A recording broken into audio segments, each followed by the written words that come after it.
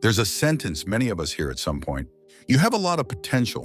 When we first hear it, it usually sounds like encouragement. A simple compliment, a sign that someone believes something good might come from us.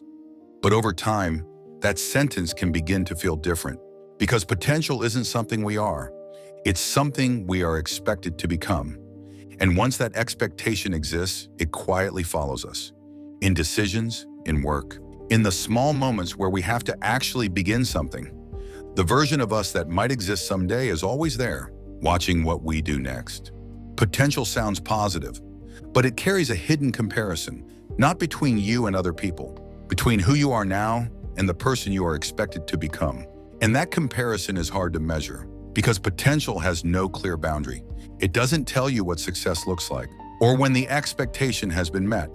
It simply creates the sense that more should be possible, that the current version of you is unfinished, still waiting to become what it could be. At first, that idea can feel motivating, but the longer it stays undefined, the heavier it becomes. Because anything you produce now can start to feel smaller than what was imagined. The mind responds to that comparison in a predictable way.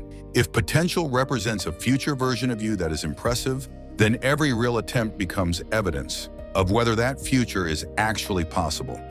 A single page is no longer just a page. It becomes a signal. Is this good enough? Is this the beginning of something meaningful? Or is this proof that the potential was exaggerated? The task itself hasn't changed, but the meaning attached to it has.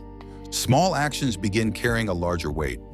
And when the stakes of an action feel too high, the mind looks for a simple solution. Delay. If the attempt never happens, the verdict never arrives. The imagined future remains intact, untested, but the cost of that protection appears slowly. Because the longer something is postponed, the more significant it begins to feel. The first attempt starts to represent not just a task, but a judgment. And the mind becomes even more careful about when that moment should happen. So the beginning keeps moving, not tomorrow, soon, when the conditions are better, when the work will reflect the potential properly. Until then, the future version of you remains impressive, mainly because it has never been tested. This reaction is not unusual. Human beings naturally try to protect identities that feel important. If you are known as someone with potential, that identity becomes something the mind tries to preserve. Taking action introduces uncertainty. Real work produces mixed results, mistakes become visible. But potential, as an idea, remains perfect. It doesn't contain failure. It doesn't contain limitations. It simply represents possibility. And because it exists in the future, it cannot be disproven. As long as the attempt hasn't happened, the promise still feels intact. So avoiding action can sometimes feel like protecting that promise.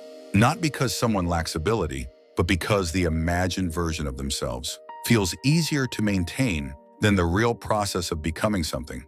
The real process includes confusion, slow progress, work that is sometimes average before it improves. Potential does not have to face any of that.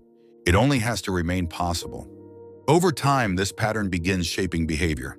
People with strong expectations placed on their potential often become careful about what they attempt. They wait for the right conditions, the right preparation, the right moment when the work will match the image they are expected to live up to. But those conditions rarely arrive because real work does not begin with certainty. It begins with small, imperfect steps.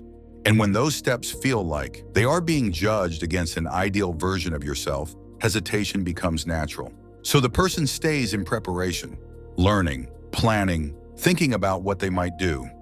These activities still feel productive. They create the sense that progress is happening. But the moment of actual commitment keeps moving. A project is postponed until it can be done properly. An idea is delayed until it feels worthy of the potential behind it. And gradually, the gap between the imagined future and the present begins to widen. The identity of someone with potential remains intact, but very little actually changes.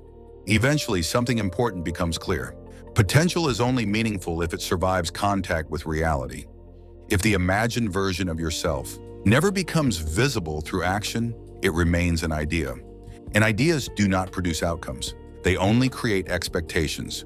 Real progress almost always looks smaller than potential at first, because it is limited, imperfect, and often slower than people hoped. But that limitation is also what makes it real. Reality forces clarity. Once something exists in the world, it can be evaluated. It can be adjusted. It can improve over time. Possibility cannot do that.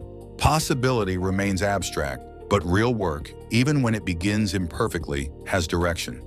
It moves. And once something has started moving, it no longer depends on imagination. It becomes part of reality. But that process only begins after the first imperfect step. Being described as someone with potential is not a problem on its own. It becomes a problem when the idea of potential replaces action, because possibility alone does not build anything. Only attempts do. And attempts are rarely impressive at the beginning. They are unfinished, uneven, often uncertain.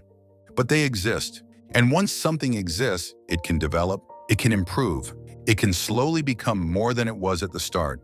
Potential cannot do that, because potential only describes what might happen. What matters is the moment something actually begins.